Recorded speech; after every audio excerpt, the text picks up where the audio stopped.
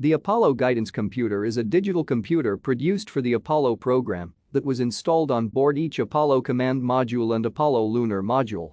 The AGC provided computation and electronic interfaces for guidance, navigation, and control of the spacecraft. The AGC has a 16-bit word length with 15 data bits and 1 parity bit. Most of the software on the AGC is stored in a special read-only memory known as core rope memory, fashioned by weaving wires through and around magnetic cores, though a small amount of read-write core memory is available.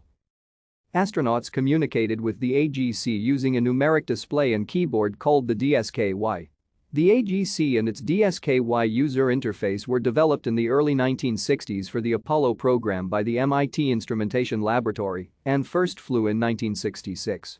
The AGC was the first computer based on silicon integrated circuits.